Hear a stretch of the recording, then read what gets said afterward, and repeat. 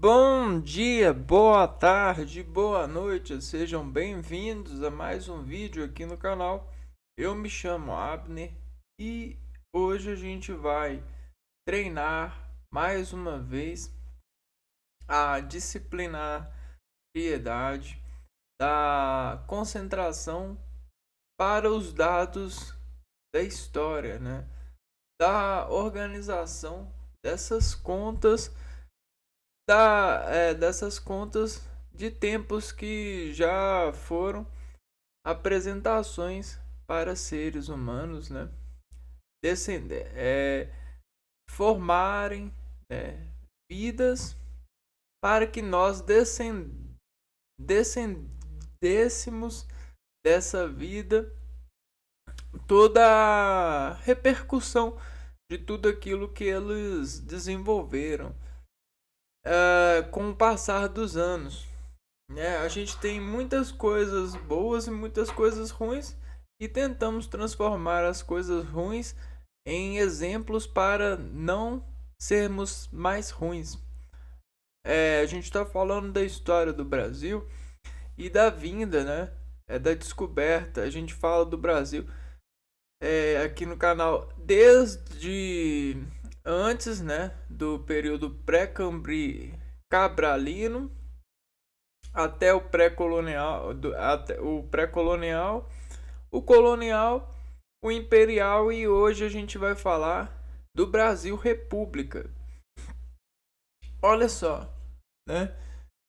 Para desenvolver o Brasil, né? Houve vários choques por conta da repercussão cultural e do alinhamento às frentes dessa execução, né? Ah, uma vez que a relação pública entre os seres era muito colisionada pelas referências socioeconômicas e identitárias dos seres que viviam aqui nesse continente, nesse país, na América do Sul. Bom, e aí a gente tem o choque cultural dos índios com os portugueses, os espanhóis. A gente tem o momento da amizade velada por conta de extração para provar o empreendimento marítimo para o rei e para a população europeia, de Portugal principalmente. A gente tem um dado momento de choque indianista e algumas brigas, até que vem consigo armas e apropriações dos índios como escravos e começam a haver rendimento nas extrações não só do pau-brasil, mas na conversão como uma rota segura, né? Uma vez feito várias vezes, ida e vinda, tornou-se educativo e empreendedor as pessoas saírem de Portugal para vir para o Brasil e vice-versa, buscando rendimentos de extração. E começaram-se então a organizarem capitanias, movimentos de uniformalizar o Brasil, né? Uma colônia de extratores para poder melhorar as riquezas e estratégias de enriquecimento de Portugal. Portugal então buscou esses planos, trouxe capitães donatários sobre o Brasil e em meio a essas guerras começou a contrabandear escravos da África para o Brasil. Mais um choque socioeconômico e social, né? Um choque de cultura, uma vez que os povos vindos da África para serem escravizados no Brasil tinham suas culturas, seus costumes. Lembrando que ainda não haviam leis e regras pré-estabelecidas no Brasil. os capitães donatários que aqui começaram a empreender suas colônias, eles eram a lei. Eles eram, de certa forma, o juízo, contanto que eles conseguissem pagar Portugal, né? Entregar as porcentagens de enriquecimento a Portugal. Ah, dado todo esse status, né? O Brasil ele começou a ser visto com outros olhares, começou a ter um certo aporte cafeicultor, um certo aporte de cana, né? De cana de açúcar, entre outros cultivos, né? Bom, começaram-se então a domesticação de animais, é, e a entrada para o Brasil, né? A entrada e o processo de cultivo do Brasil. Passaram-se anos então, vieram a mineração, sobretudo, e uma vez que a Europa estava começando a entrar em guerra, é, com a França de Napoleão. Napoleão estava começando lá na França a depois da Revolução Francesa e todo aquele golpe de Estado, né? Napoleão começou a atacar e a família real ela se sentiu insegura ficando em Portugal e veio para o Brasil. Nisso ela vindo para o Brasil ficar aqui alguns anos, o Dom Pedro ele passou a ser, né, empreendedor aqui. Então a gente já começa a mudar a fase do Brasil colônia para o Brasil império, uma vez que é, o pessoal eles estavam querendo uma certa representatividade aqui no Brasil, um certo domínio de reis, um certo domínio de leis, na verdade, para com todo esses empreendimentos, né? Todas as questões que começavam a surgir entre as pessoas que entravam e saíam do Brasil e principalmente as pessoas que dividiam afetos umas entre as outras aqui no Brasil. Sendo assim, com esse aperto, né, da população, Dom Pedro passou a ser o imperador, né? Ele então começa a, a reivindicar a independência do Brasil, e aí o Brasil ele começa a passar entre governos da família real, Dom Pedro, Dom Pedro, e aí agora a gente vai falar do Brasil República, que é quando o Brasil imperial já não cabe mais, né, os descendentes da família real, é, sobre o Brasil, né, sobre o povo brasileiro, começam a sofrerem golpes, né? É mesmo. Há uma certa tomada do poder pelos ditadores na época, né? Alguns, alguns ditadores. E aí começa o Brasil República. Então, bora lá estudar aqui a fase do Brasil República e criar uma certa relevância nessa organização histórica para com o conhecimento que vai nos carregar nesse momento, né? A República ela parte do reparar o lado público do ser, né? Então, o ser em associação pública, ele desfaz o que é para ser público alvo, né? Ou seja, a gente começa a falar dos comércios e as reações públicas de frequentar esses comércios, essas áreas. Então, como que a gente vai fazer leis para áreas de comércio, uma vez que o comércio ele tem algo muito sagrado e a pessoa que vai comprar também, né? Bom, a gente separa o lado interior, né, o campo de comércio do lado exterior. Então, a gente abre uma porta e a gente abre um empreendimento e enfaixa ela aqui, ó. A gente coloca a faixa. Então, quando você passa por uma porta, você passa por um feixe, por uma faixa de comprimento de comércio, faixa de comprimento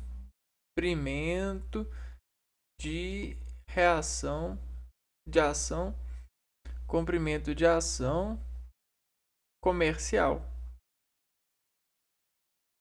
E aí a gente começa a fazer os registros, né? Os registros, a gente começa a reparar e registrar as interfaces dos seres que entram e saem desses buracos, dessas lojas. Então a gente tem os entra, os ente e os sai do buraco negro. Do buraco lógico. Então, esse buraco lógico aqui nesse sentido, ó, ele tem uma certa amolação.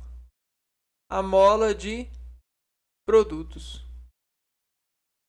Então me diga o que aonde tu vai, me diga. Então me diga ou medida aonde tu vai e o que você compra, o que você compra,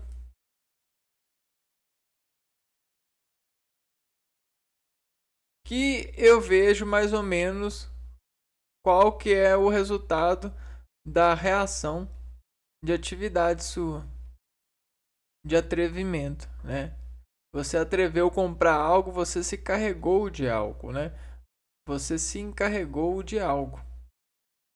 Então, hoje em dia a gente tem vários algos, várias lógicas dentro desses empreendimentos que nos tiram ou nos acrescentam atenção.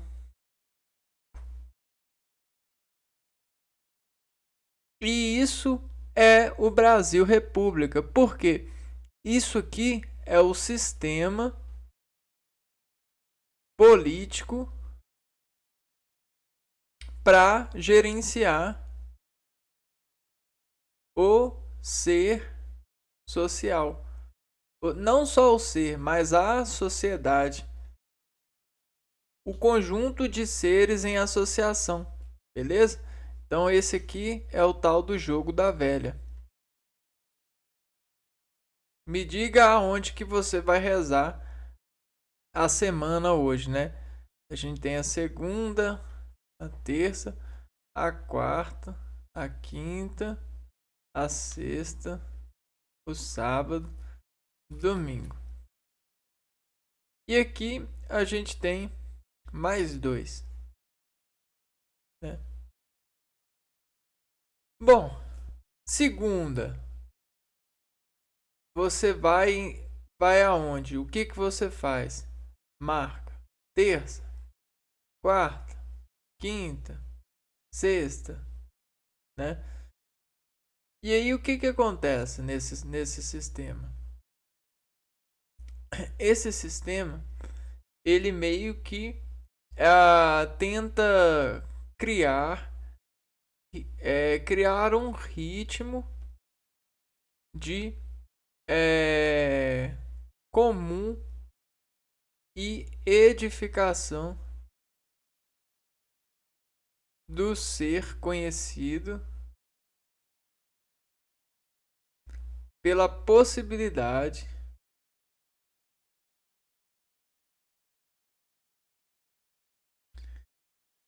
de viver a vida pública. E como que ele faz isso? Ele conhece o público, conhecendo o público. Ou seja, todo ser ele consegue ser conhecido pela ação que ele faz, ação e reação. Então dá para conhecer todo ser, ninguém é irreconhecível nesse instante. E essa é a resolução científica importante para a pólice para o Brasil nesse momento. O Brasil República é o período da história do Brasil que teve início com a proclamação da República em 15 de novembro de 1889. 15 de 1889, essa é a data importante, que vigora até os dias atuais. A República Brasileira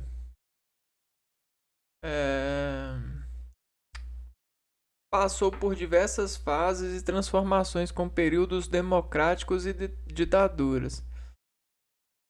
Costumava-se dividir esse período em Primeira República ou República Velha, Era Vargas, República Populista, Ditadura Civil e Militar e Nova República. Então vamos lá, vamos passar um pouquinho sobre esses períodos na história do Brasil. Vamos lá. Primeira República.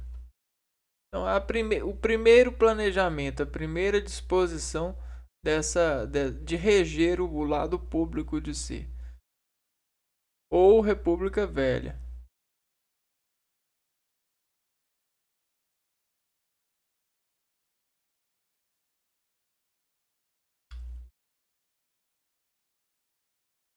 Lembrando que todo o representante de um país, todo o governador, toda pessoa que está empreitando um serviço, ela deseja alcançar o maior brilho possível desse serviço, entendeu? Dessa representação.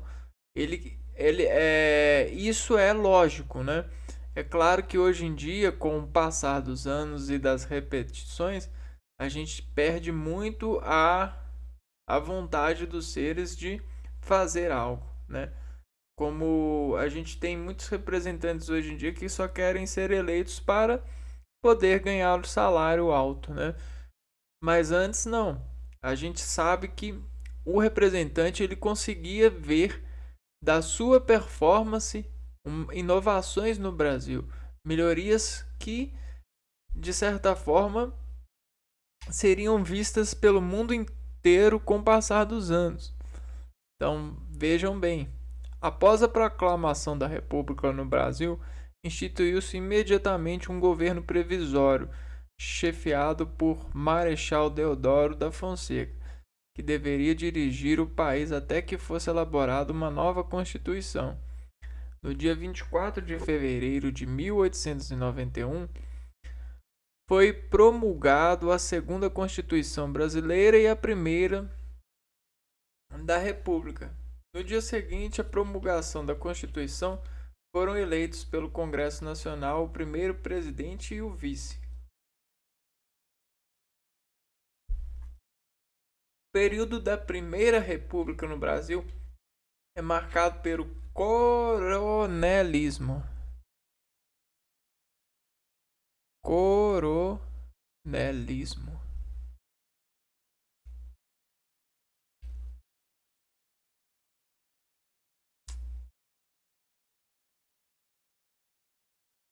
Hum. Onde ricos proprietários de terras tinham um grande poder sobre a população local, controlando as eleições através do chamado de voto de cabresto, né? Controle por poder.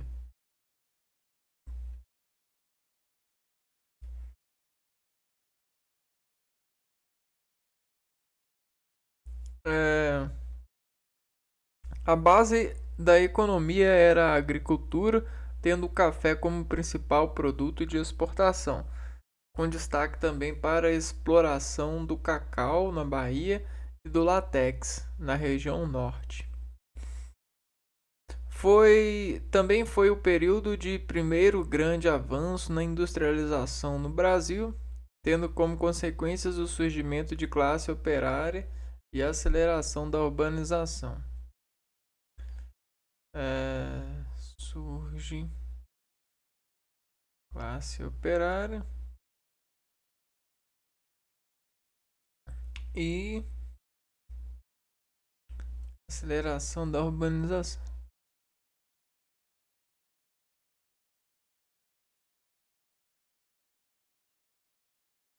Esse é o período que imigrantes vêm da Europa para poder trabalhar aqui é, em condições precárias, digamos assim, né?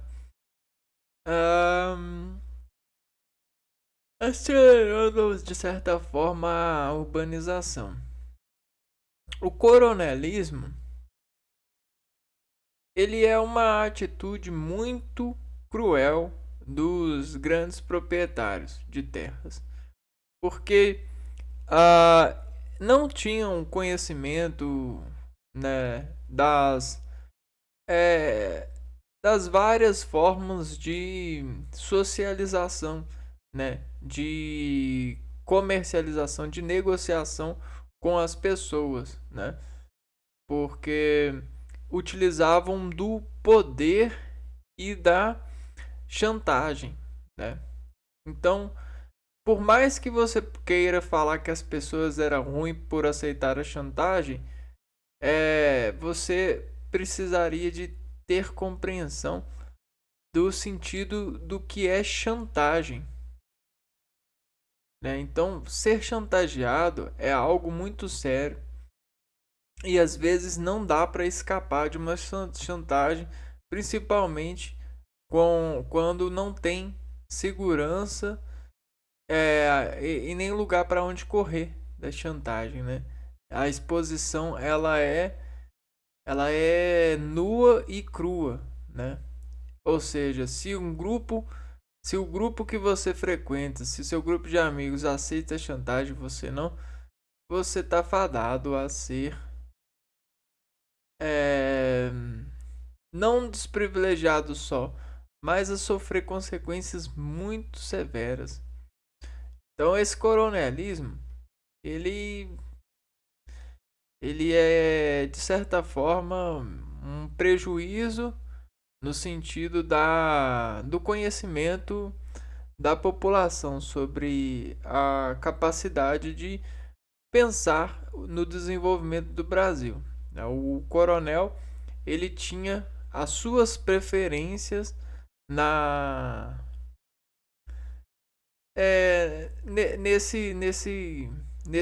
nesse ponto de escolhas, né? Seu poder ele ele fazia se valer, né? A Primeira República é dividida em dois períodos. Aí, se você pensar, não tem muito tempo que isso aconteceu, né? República da Espada e República Oligárquica. Divisões. gente tem a República da Espada.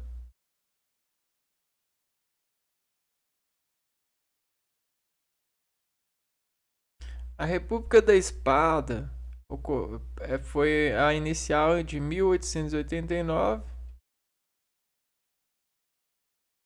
a 1894, ou seja, 89, 94, 5 anos.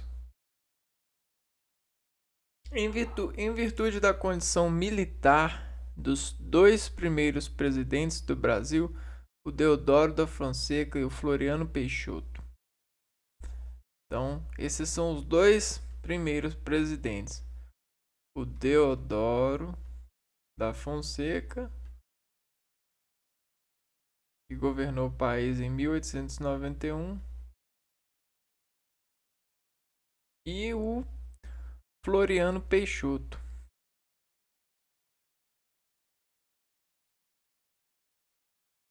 Governou o país de 1891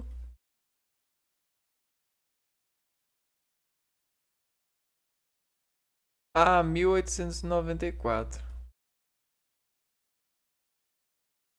Então vamos lá ver se a gente acha a foto do Deodoro da Fonseca. Ah, o Deodoro da Fonseca.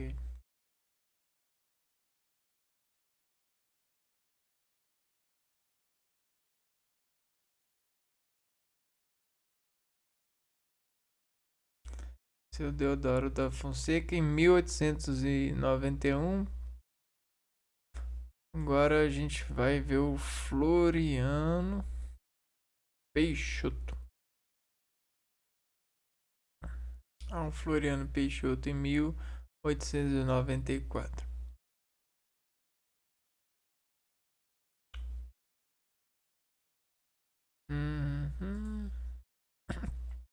Agora, um outro período dessa fase da Primeira República aqui no Brasil é o período da República Oligárquica.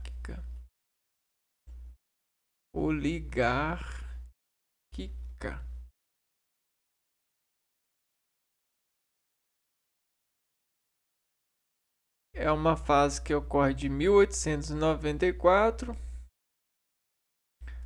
a 1930. Então, de 94 a 1930 a gente tem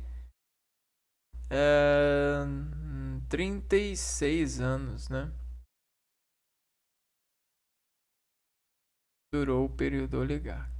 Período em que as oligarquias agrárias que dominavam o país.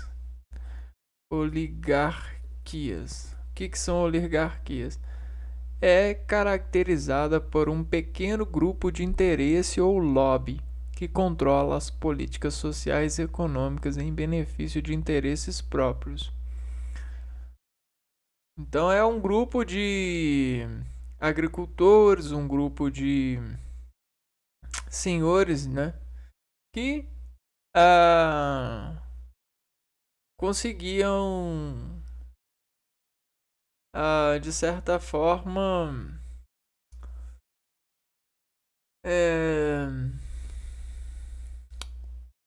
dominar o país, né? Agrários que dominavam o país, ligadas ao estado de São Paulo e Minas Gerais.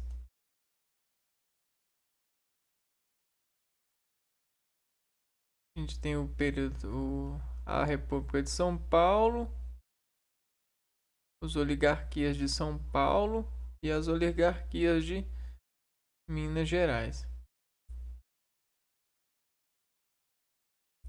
Controlava a política. Durante esse período, conhecido popularmente como política do café com leite. Café com leite.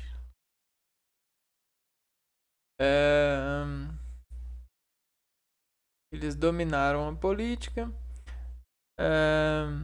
Apenas 3 presidentes não procediam de São Paulo e de Minas Gerais.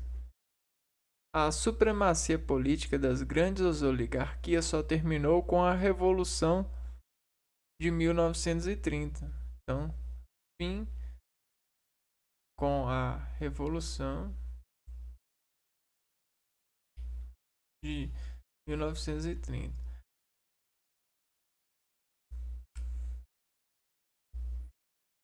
Depois, em 1930, começa a Era Vargas.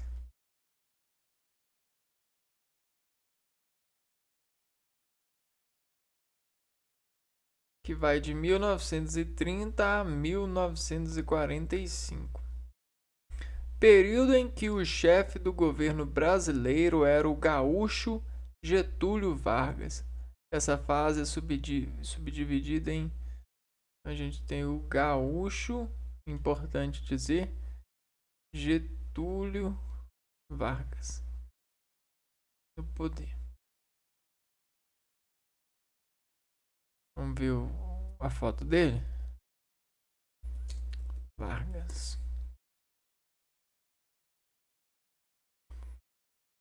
Então esse é o presidente em 1930.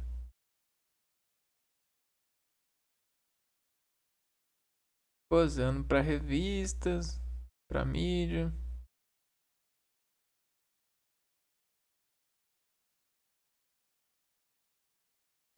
Uma cara de comerciante, né? Essa fase é subdividida em governo provisório,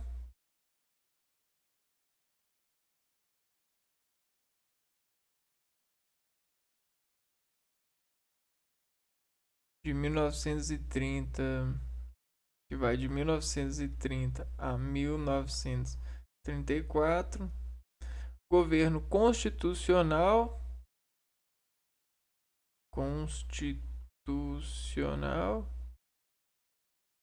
que vai de 1934 a 1937, e o Estado Novo, que é um regime ditatorial.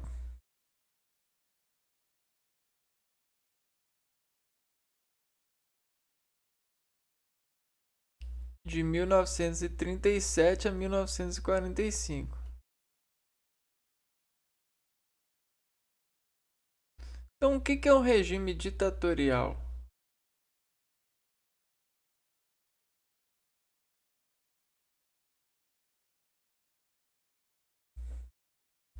Ditadura é um dos regimes não democráticos, ou seja, não existe a população com escolha, né? Não existe escolha. Ou antidemocráticos, ou seja, governos regidos por uma pessoa ou entidade política onde não há participação popular, ou em que essa participação ocorre de maneira muito restrita. Então, cara, esse é o período muito cruel, né? Período cruel no sentido, mas geralmente a gente hiperbola, a gente cria hipérbole para quando a gente fala de algumas coisas nesse sentido. Então, a gente tem que tomar cuidado e ser mais assertivo, mais exato naquilo que a gente vai falando. Então vamos deixar por enquanto como regime ditatorial, né? Onde não há democracia. O governo ele tem o poder sobre tudo. 37, a gente tem 8 anos de ditadura. A partir de 1930, as massas populares foram incorporadas ao processo político, sempre sob controle do governo vaguista. Lembrando que a República ela é uma política que busca olhar para os registros das pessoas em público, né? O que é em público? É olhar para as pessoas em lojas, em buscas de colher a partir das suas estabilidades socioeconômicas ou desestabilidades socioeconômicas. E nesse sentido, dá para você também criar provas ou desafios para poder ver os seres além do que eles parecem ser, nesses sentidos de registrar o lado público das pessoas, né? Uma das reações contra a nova ordem política instalada pela Revolução de 1930 foi o movimento constitucionalista de 1932. O movimento ocorreu em São Paulo, onde as elites oligárquicas tentaram retomar o controle político. Então, em 1932 ocorreu o que a gente chama de movimento constitucionalista.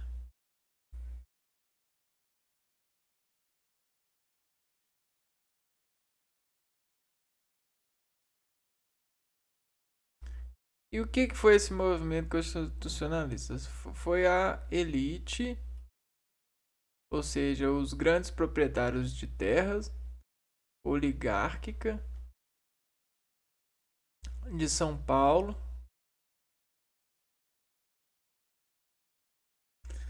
tentando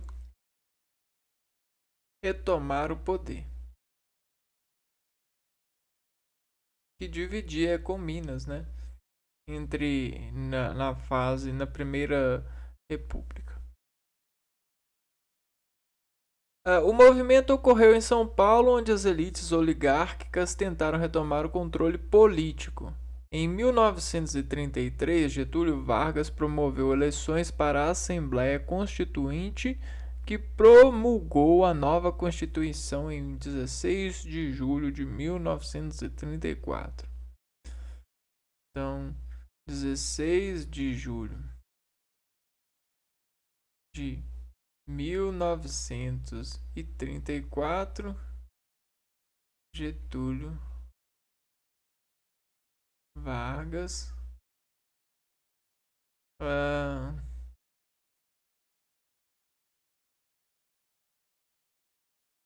sobre a armação da Assembleia Constituinte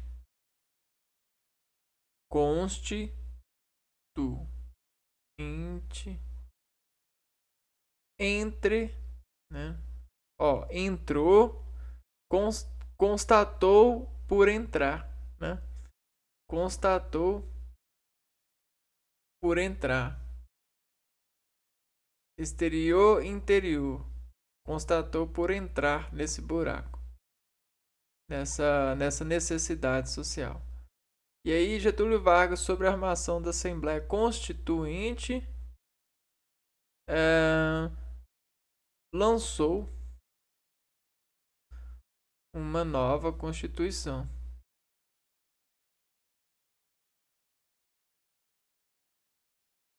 A Constituição de 1934. O período do governo constitucionalista de Getúlio Vargas, então constitucionalista, analista,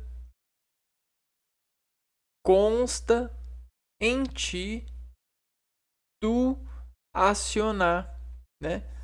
Então tá vendo aonde que tá o segredo da cobertura de uma observação secreta, no sentido de governar um país, de ter dados.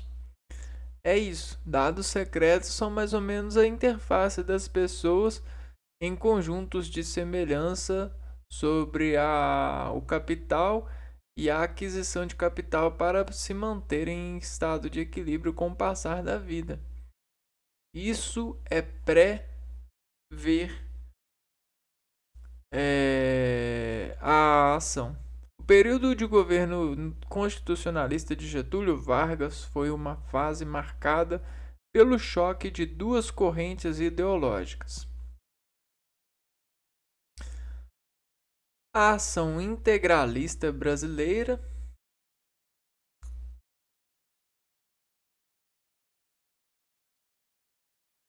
Então, vamos lá. Choque ideológico. Lógico e ideológico. Lógica. Uma fase marcada pelo choque de duas correntes de identidade ao ir de a lógica. A ação integralista brasileira, ou seja, integralizar o ser para essa identidade. Integralista. Integrar os GRAs na lista dos brasileiros. Então, olha, lista ao entrar no interior ter os GRAs. No interior ter os GRAs para listar as ações dos brasileiros que vierem por conta, se revelarem nas nossas lojas, né? Nas lojas da onde que a gente comercializa aquilo que a gente colhe. Ou diz recolhe, recorta o que colheu e modifica o que colheu. De inspiração fascista e a aliança. Então, fascista, de inspiração fascista.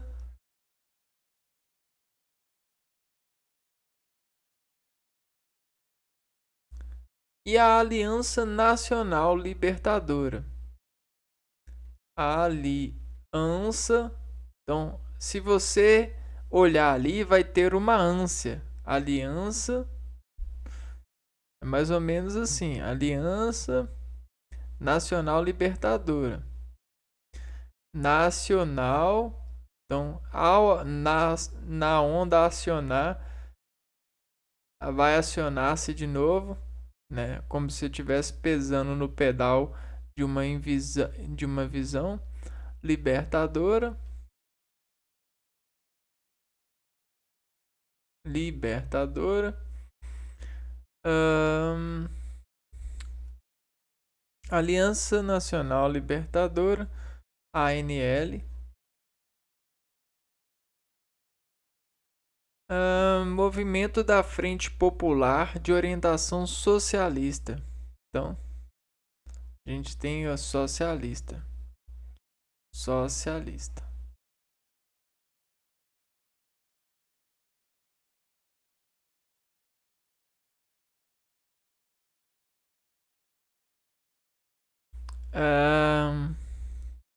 Ambas faziam oposição a Vargas. Tais movimentos eram reflexos da conjuntura internacional do período, marcado pela polarização entre esquerda comunista e socialista e direita fascismo-nazismo, com a ascensão de regimes totalitários de ambos os lados.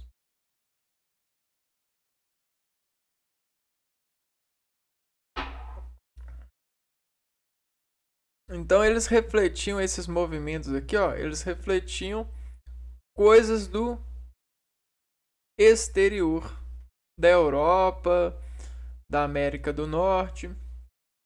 Eles tinham inspirações internacionais. Polarização da esquerda comunista e socialista. Então a gente tem a esquerda comunista e socialista. Por exemplo, a ANL, Aliança Nacional Libertadora. Ou seja, existe a ânsia das pessoas, né, de ir lá e comprar algo para libertar da falta desse algo. Então, o que faz falta para uma pessoa revela a pessoa pela lista de coisas que ela diz acreditar ser necessária para ela viver. Comunista social, né? É comum Ele associa isso à lista. A socialista, então associa a lista aquilo que me liberta. Eu sou aquilo que me liberta, eu consumo aquilo que me liberta. Então a gente tem esses lados de contração, de concentração orgânica. Muito inteligente. Só que a face, ela consegue revelar por mais pressurizado que a pessoa consiga na interface de ser um artista, de ser uma atriz ou um ator e de usar máscaras de interface de lojas, que é a direita, né? A direita, a gente tem o fascismo e o nazismo. Então, fascismo, então se cismar faz. Se tiver algo cismando, faz. E nazista, né? Ou seja, frequência de atenção é, de finalizar o que está, né, em choque. Essa é a direita. Está em choque no sentido de dúvida, né? Não exista fascismo, entendeu? Tudo no sentido comercial da coisa, no sentido da pontualização, do lado de reparar o público. E os dois eram contra o regime de Vargas. Contra Vargas. Então, um choque ideológico. Nessa época que o presidente ele tinha esse lado de modificar mesmo, né? Fazer coisas que seriam realmente edificantes para o crescimento e da sociedade brasileira. Após a intentona comunista de 1935, uma tentativa fracassada de revolução liderada por Luiz Carlos Prestes e membros da ANL, Getúlio Vargas intensifica a repressão aos seus opositores. Então, em 1935, há o que a gente chama de intentona comunista.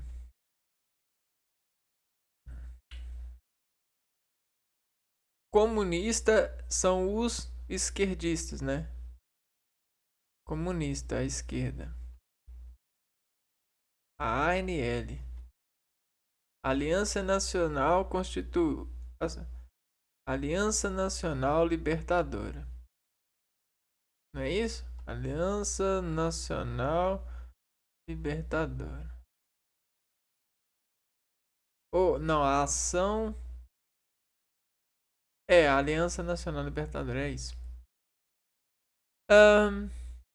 E aí, após a intentona comunista, uma tentativa fracassada de revolução liderada por Luiz Carlos Prestes. Não, Luiz Carlos Prestes. E membros da ANL. Intensifica a repressão aos seus opositores. Então, opositores. Vamos ver aqui o Luiz Carlos Prestes.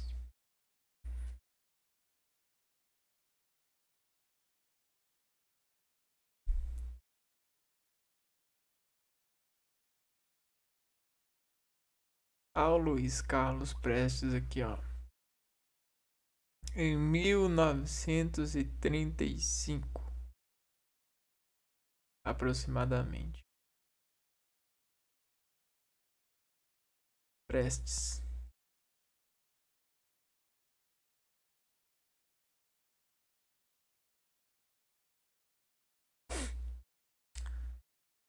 Em 1937, documentos falsos, o plano Corren. 1937. Documentos falsos.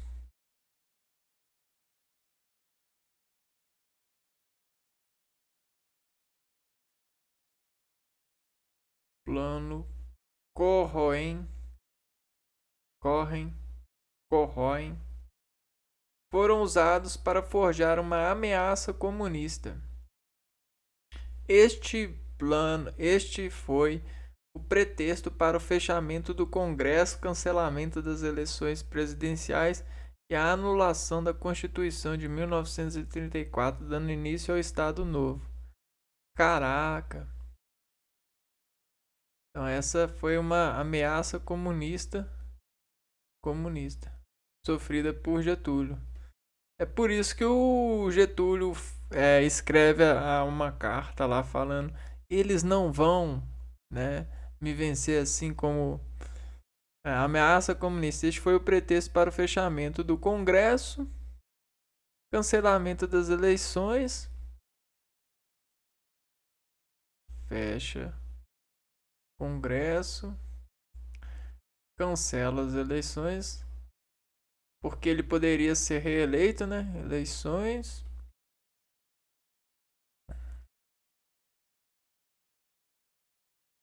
Presidenciais e anulação da Constituição.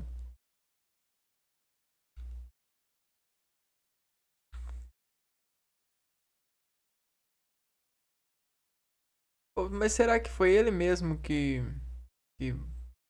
colocou documentos falsos? Plano foram usados para forjar uma ameaça comunista.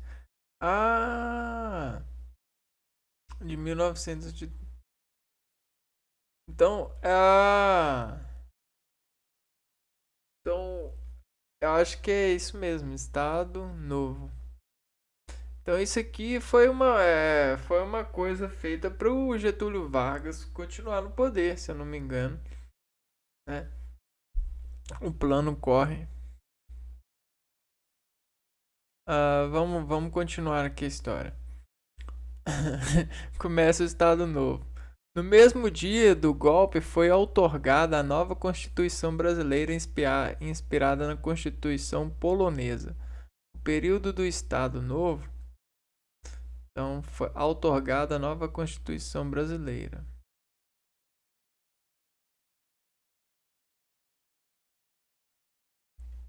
Outorga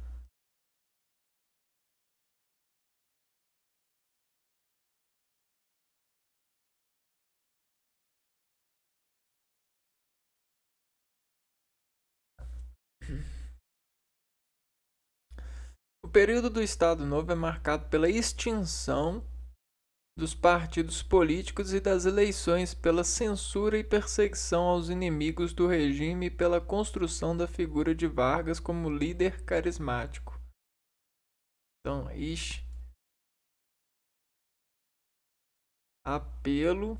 Então, ocorreu um apelo à figura de Vargas como líder carismático.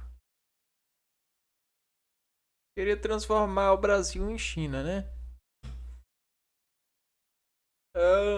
Líder carismático, pai dos pobres. Por meio da propaganda nacionalista, a economia se caracterizava pelo chamado nacionalismo econômico e investimento na indústria de base. Então, foi uma propaganda nacionalista.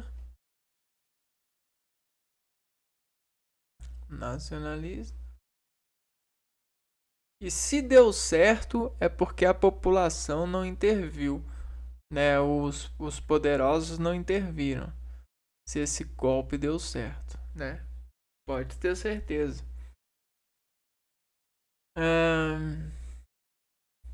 E aí o que acontece?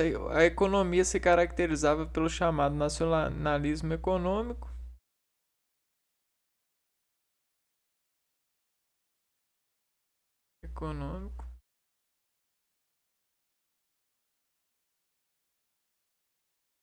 Investimento em indústria de base.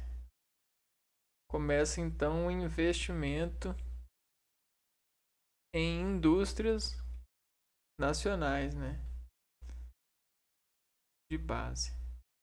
Ou seja, o que o país Brasil precisa para crescer e que ele tem como condição de produzir. Ou se ele não tem, como que a gente consegue fazer com que ele produza? A participação do Brasil na Segunda Guerra Mundial foi de 1939 a 1945.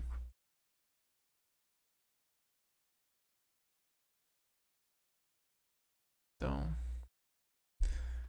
o Brasil na Segunda Guerra Mundial. Então, a gente tem um mundo todo em gerência, né? A gerência do mundo inteiro, né? Mundial e gerar, né? Ou gerenciar o mundo inteiro. Como que a gente vai gerenciar o mundo inteiro, né? A gente vai colocar uma sociedade que precisa de dinheiro, né? De Eucaristia ou de que a gente chama de sociedade de dinheiro, Eucaristia, ou que a gente chama de imposto, né? Imposto. Para poder fazer o mundo todo um país melhor. Então existem países que cediam o poder, né? E a imagem dessa sediação do poder é a bomba nuclear, que pode ser muito bem um fantoma, né? Pode ser muito bem uma imagem de poder implantada na sociedade em outra margem de status de vida, em outra camada de saber e viver a sociedade. A participação do Brasil na Segunda Guerra foi de 1939 a 1945. A 1945. 6 anos. Contra os nazistas. Abalou o Estado Novo, pois colocou em evidência a contradição de lutar contra uma ditadura e viver num regime sem democracia. Então,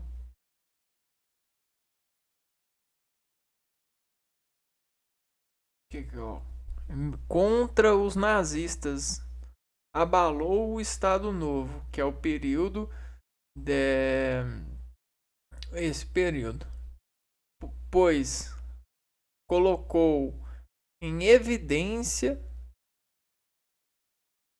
ou seja, testou se o povo, né, sobre esse status haveria contradição de lutar contra a ditadura e viver um regime de democracia. Ou seja, estavam entre a ditadura e a democracia, olhando no sentido de república, né? No sentido de ver e rever o público, né? O lado público das pessoas sobre o status da ditadura e o status da democracia. Diversos setores da sociedade brasileira começam a estabelecer articulações contra o regime varguista. Assim, em 29 de outubro de 1945, Getúlio Vargas foi deposto da presidência do Brasil. Ser presidente, estar na política, de certa forma, é algo muito perigoso, né? Porque a gente fala de milhões de brasileiros com várias formas de interpretar o que é política e com vários poderes em diferenciação e vontades, né? Então a segurança para a política, para um agente da política, ela sempre é pouco, né? A gente não para pensar nisso, mas por que a gente não para? Porque já é imposto, né? Já é imposto para a gente pagar. A segurança de alguém que está no poder, que tem conhecimentos da ordem secreta, de ter, né, é, conhecimento sobre o lado público ou os dados dessas considerações e ter poder de desenvolver mudanças sobre esses dados, né? Pegar esses dados e tentar fazer plantas ou mudar coisas nessa planta de possibilidades sobre o dinheiro público é muito poder. Se você não pegou e pescou ainda o que é política, né? É muito poder. Então, cara, para um político não ter medo, não temer, ele precisa de ganhar muito mesmo, sabe? Precisa de ter um certo um lado de afastamento sobre esse lado de consentimento, né? Até porque se algo acontecer com ele, a família dele está garantida ou ele mesmo está garantido com os melhores hospitais, melhores recursos, isso e aquilo. É, então é assim que se garante esses lados. A República Populista. Então até por isso muita gente não gosta de que haja política, né? Porque tem essas desculpas para poder tornar pessoas muito mais ricas do que outras, para desigualdades socioeconômicas se estabelecer com argumentos. República Populista.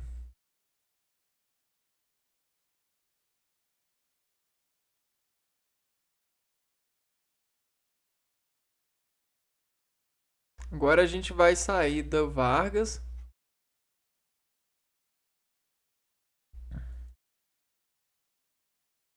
e vai para outro tipo de república pós-guerra, né? 1945 a 1964. Uma outra fase da política em desenvolvimento no Brasil, que durou 19 anos. Né? A República Populista. População em lista, né? Seleção da população, né? O que a população precisa? Lista de compra, lista, né? Lista populista. Após a deposição de Getúlio Vargas, seu ex-ministro da Guerra, general Eurico Gaspar Dutra, venceu as eleições em dezembro de 1945. Então, o Eurico Gaspar Dutra. Eurico Gaspar Fantasma Dutra. Adúltera. Em dezembro de 1945. Vence as eleições. Vamos ver o Eurico.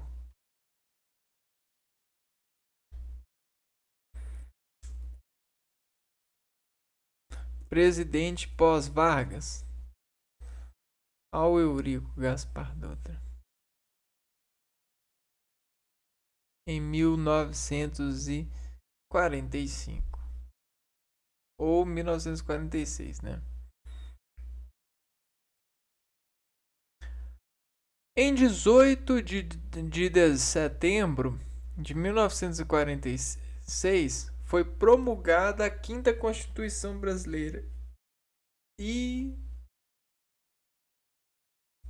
Quinta Constituição Brasileira.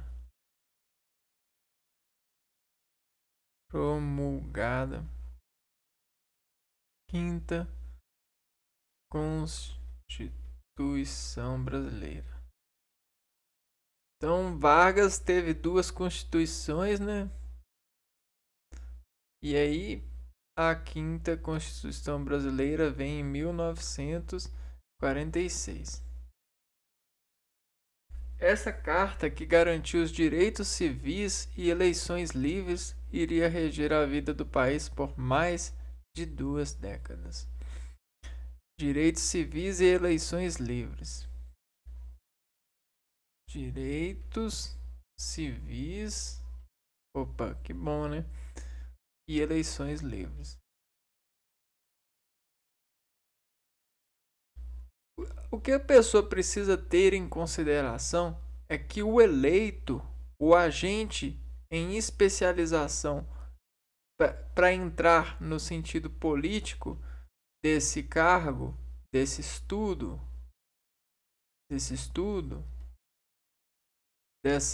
desse lado de aliação e resolução, de envolvimento com os lados secretos que um político tem, essa vida política, é um personagem.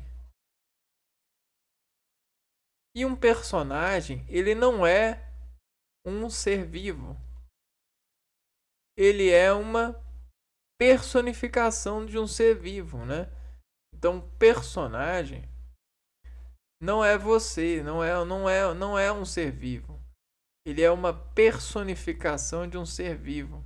Ele personifica um ser vivo para servir as pessoas.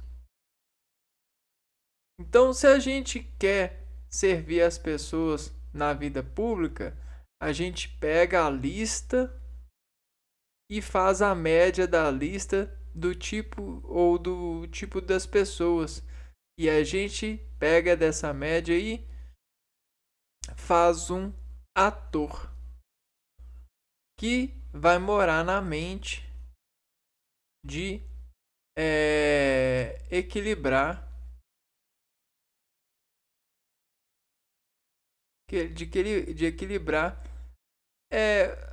esse tipo brasileiro.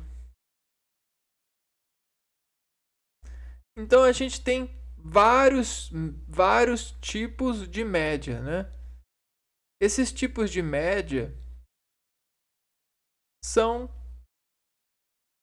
competidores entre si. E eles ficam falando assim: olha, eu sou um tipo de média, porém eu prometo do meu tipo de média fazer a medialização a partir desse planejamento, desse ponto de vista, personificando e buscando elevar o dinheiro para personificar o gosto do brasileiro sobre a sustentabilidade dessa média. Eu vou ser essa média especial, né? E os outros, eles falam a mesma coisa, porém com aparências diferentes, né? E aí a gente sempre julga pela aparência, porque ela é a imagem da média que vai ficar gravada nesse período para os nossos descendentes consultarem, como eu estou consultando aqui, sobre forma de entendimento. Ok? Então, quem que é Eurico Gaspar Dutra? É um ser vivo? Talvez ele tenha sido um ser vivo em outro momento na sua história.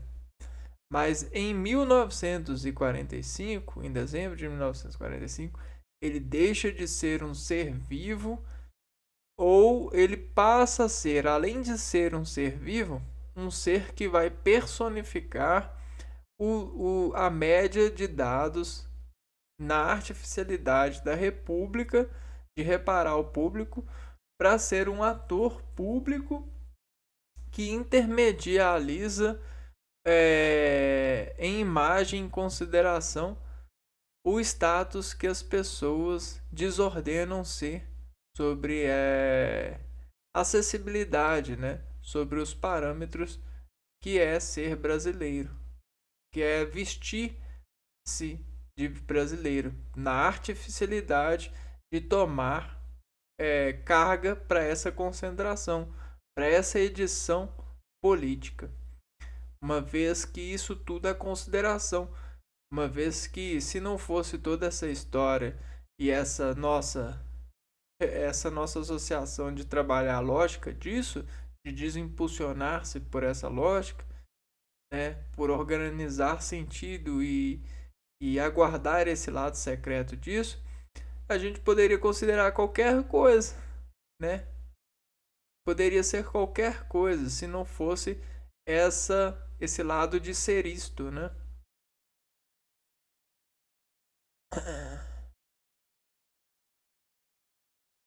Ó, Constituição Brasileira, então ele em 1946 a gente tem esse marco na Constituição que consta na instituição dos brasileiros, né? Eles querem uma eleição livre, é... e querem os direitos civis. O que são direitos civis?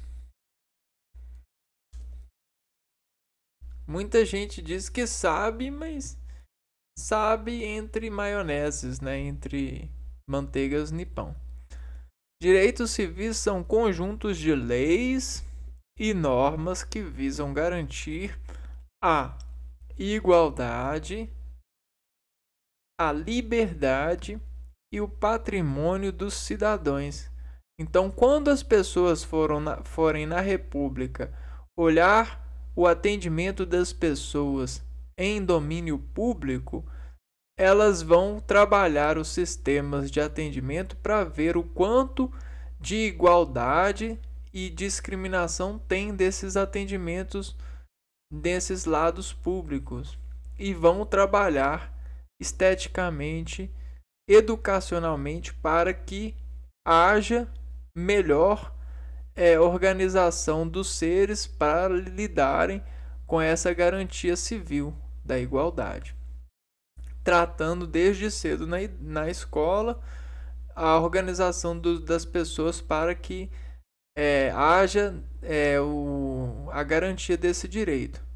A mesma coisa com o lado da liberdade, né? Sem sofrer determinado prejuízo da mesma sobre a entrada e saída de ambientes que são denominados públicos, né?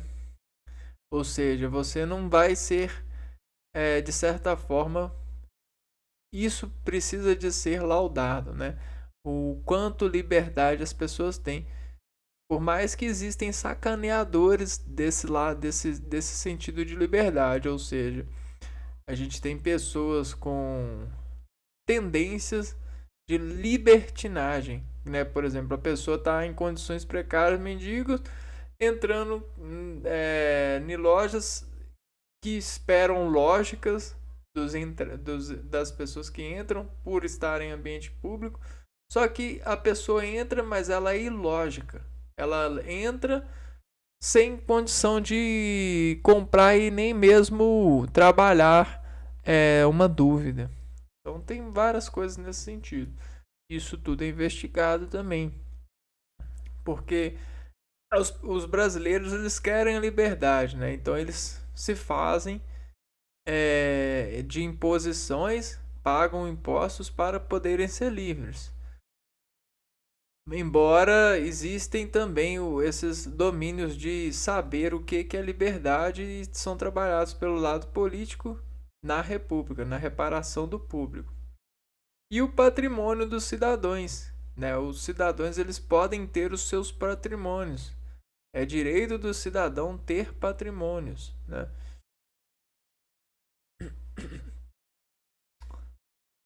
Isso aqui tem que melhorar um pouco, né? Porque tem coisas que ainda precisam de melhorar. Essa carta que garantiu os direitos civis e eleições livres iria reger a vida do país por mais de 2 décadas. Excelente, né? Foram presidentes desse período o Eurico Gaspar Dutra que a gente viu, né, que personificou para nós um personagem em 1900, de 1946 a 1951. O Getúlio Vargas ele foi reeleito, né, depois do Eurico. Eurico, vamos pôr de 46 a 51. O Vargas, Getúlio, reeleito em 1951 e ficou até 54. O Café Filho. Tá, olha o nome do presidente. Café. Cara, não é um mediador? Ah, velho. Não, não é uma média de ator? No sentido de regência, de registros públicos? Uma homenagem pro público? O Carlos Luiz. Carlos. Que ficou Carlos Luz em 1955. Nereu. Nó, que isso, gente. Muito pouco tempo, né?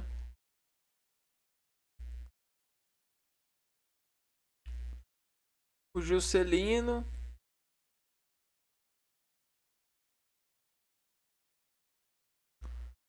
56 a 60. Juiz, se é ele hino para determinado lugar. Jânio Quadros. Jânio Quadros 61. E João Goulart. Quadros vem de quadras, vem de quarteirões, né? Vem de divisões para melhorar a qualidade da imagem. João. Eu imagino que muitos presidentes desistiram de serem presidentes pela insegurança do lado secreto também e do baixo astral, que é descobrir as questões secretas de uma hora para outra, assim. Ou não, né?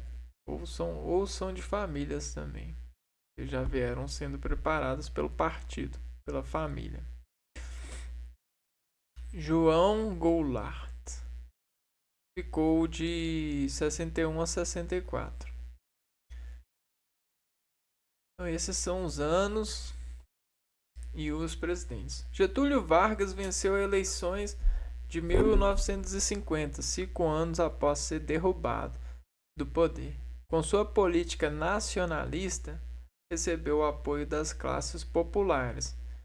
Obviamente, é, o lado de se importar e buscar a imposição do país frente aos recursos que ele pode entregar é importante. O único problema é pedir ajuda pro exterior e dessa ajuda causar uma certa dúvida, um lado crítico entre a população do sentido nacionalista, né?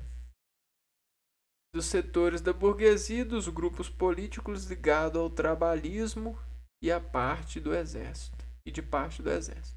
Vargas enfrentou forte oposição da União Democrática Nacional, que tinha Carlos Lacerda como seu principal porta-voz e pregava a destituição do presidente acusando pessoas ligadas ao governo de corrupção. Oposição da União Democrática Nacional.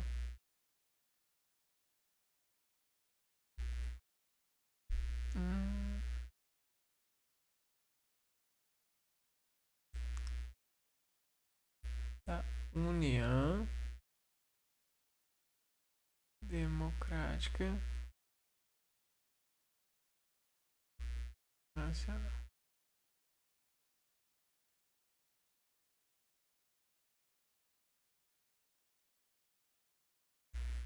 ver aqui se é uma dessas.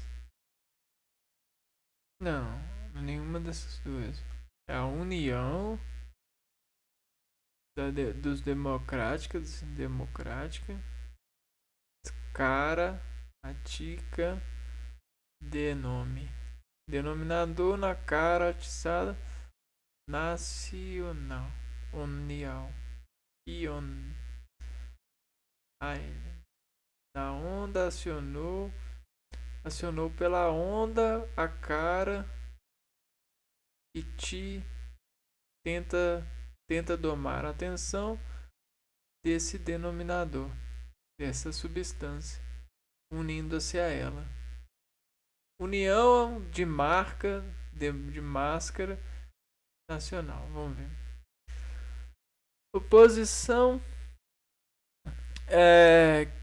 que tinha Carlos Lacerda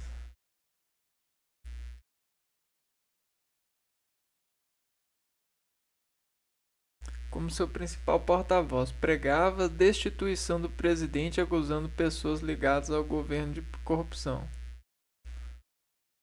Acusou de corrupção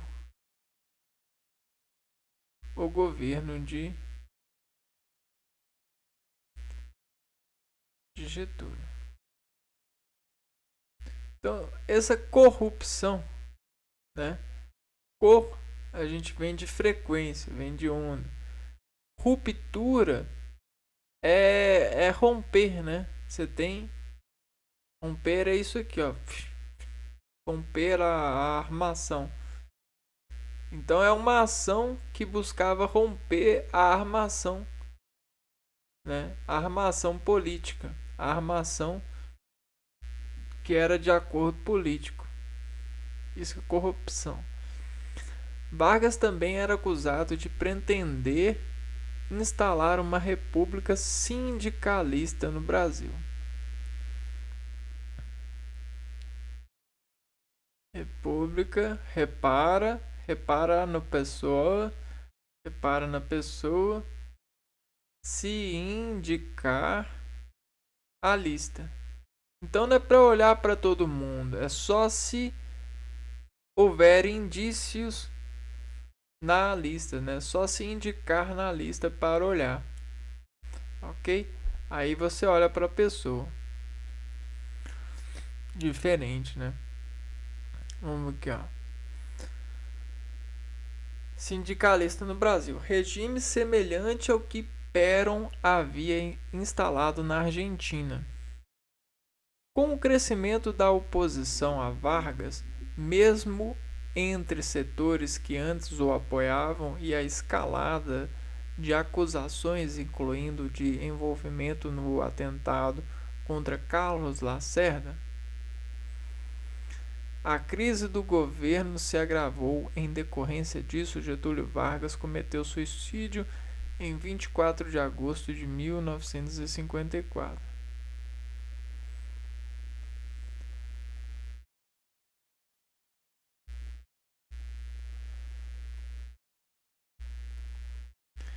Disseram que o Carlos Lacerda ele levou um atentado nessa época, um ano depois, de um cara que se dizia, né, era dito que era do governo de Getúlio, que tentou matar o Lacerda com faca, só que o Lacerda não morreu. E o Getúlio foi acusado de mandar matar o Lacerda.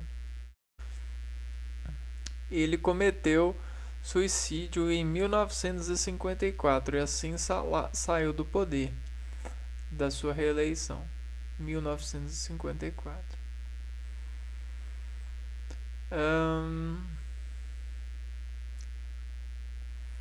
Imagina como que funcionava o maquinário das efusivas reações de poder sobre as várias contas que se diziam contar com o presidente, com a sua representação e com o seu poder de fazer diferente. Complicado. Nos 17 meses que sucederam à morte de Vargas, 3 presidentes ocuparam o poder. Café Filho, que a gente viu, Carlos Luz, Nereu Ramos. A situação política era difícil. Vamos ver aqui o Café Filho. No, olha o naipe do delegado, né? Presidente. Tem cara de quê? De bala, é? Café Filho. Vamos ver o outro. Carlos Luz. Presidente. Carlos Luz. Olha o Carlos Luz aí. Aí o... Deixa eu ver... Nereu Ramos. Esse Nereu Ramos eu não vi lá.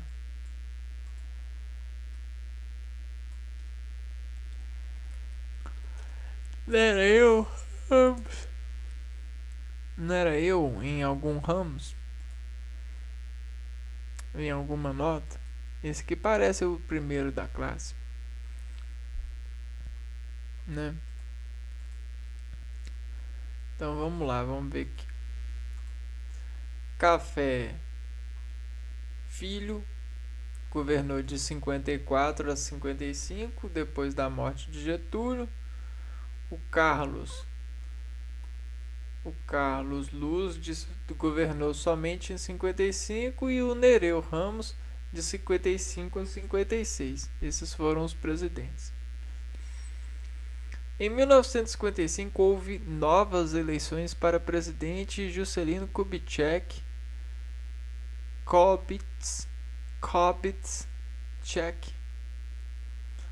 foi eleito com a promessa de realizar 50 anos de progresso em 5 anos de governo.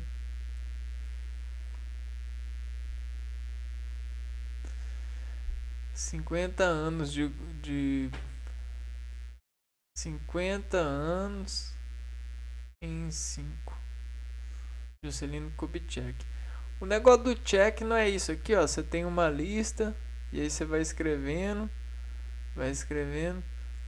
E aí é mais ou menos assim, ó. Quando você fez isso, você check.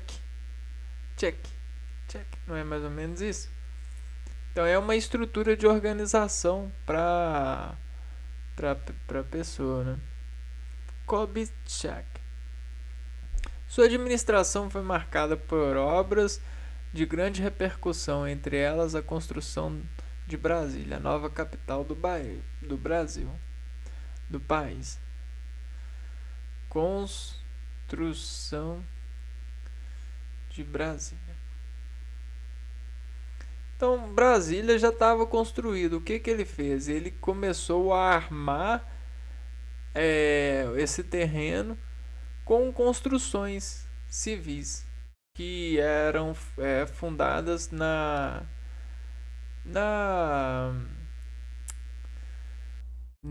política, né? No lado dos políticos,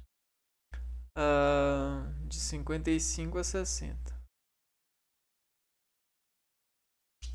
Em 1961, o populista Jânio Quadros foi eleito. Ele renunciou, contudo, em 25 de agosto, de acordo com a Constituição. O vice João Goulart deveria assumir a presidência. Houve, porém, um veto militar à posse de Jânio Quadros, o Jango, acusado de comunista. A solução para a crise política foi a promulgação da emenda constitucional número 4, que institui o sistema parlamentarista de governo no país.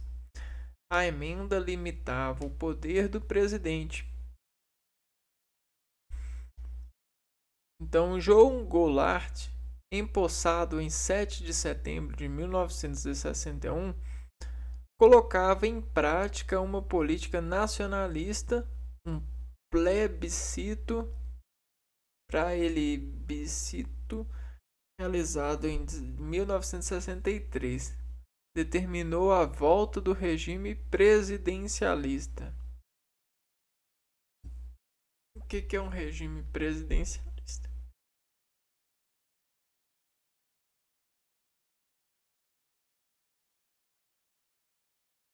Presidencialismo é um sistema de governo em que um chefe de governo também é o chefe do Estado e líder e poder executivo. Caraca, né?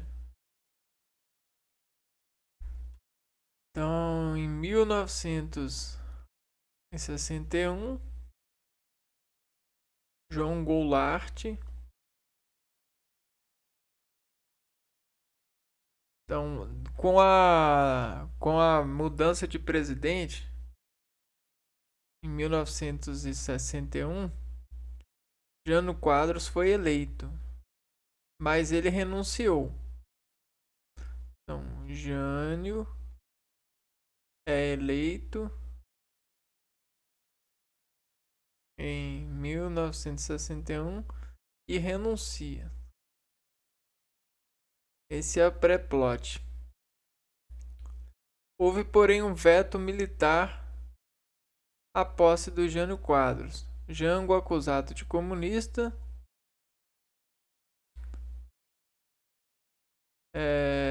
a solução para a crise política foi a promulgação da emenda constitucional que institui o sistema parlamentarista e o governo do país.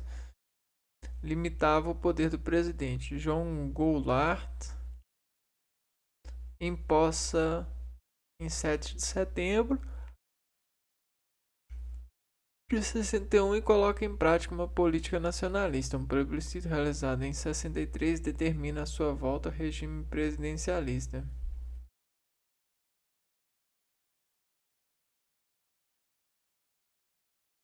Plebiscito. Volta ao regime. Isso era só no Império, esse regime presidencialista. O que é plebiscito?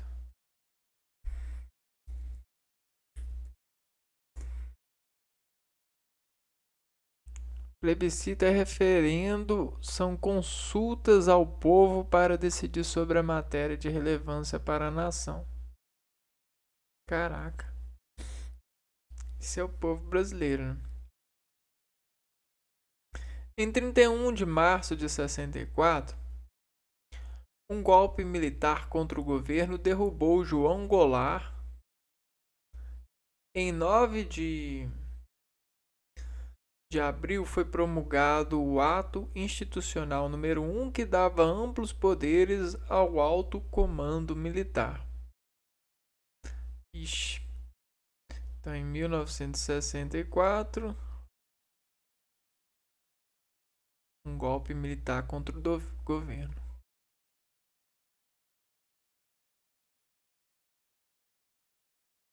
Contra o João, né?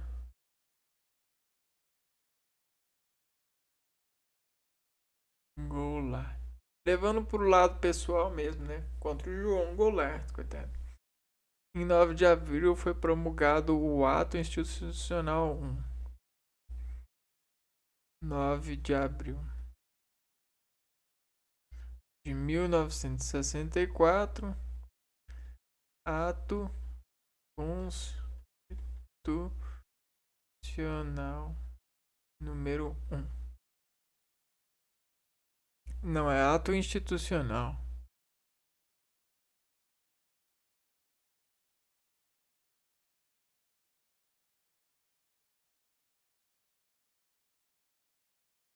Institucional número 1. Que dava amplos poderes ao alto comando militar.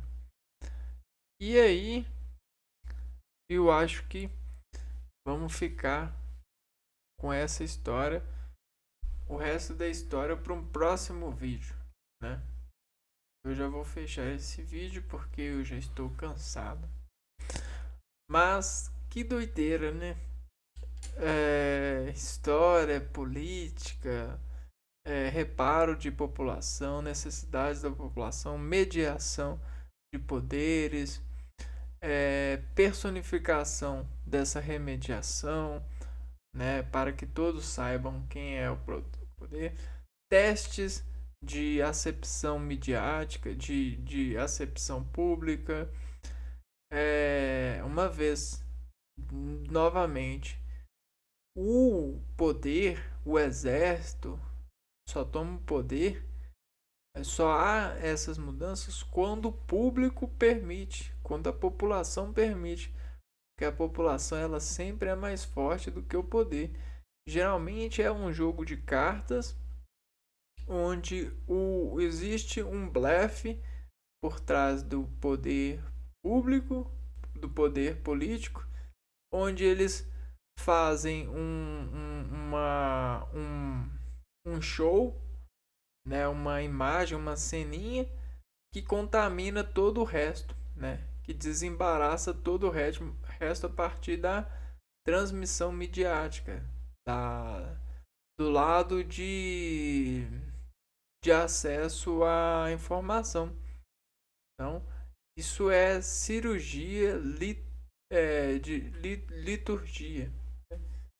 Cirurgia litúrgica é quando o político dá um rugido, né, um cirúrgido, e todo mundo liturgia, ou seja, lhe traz esse rugido a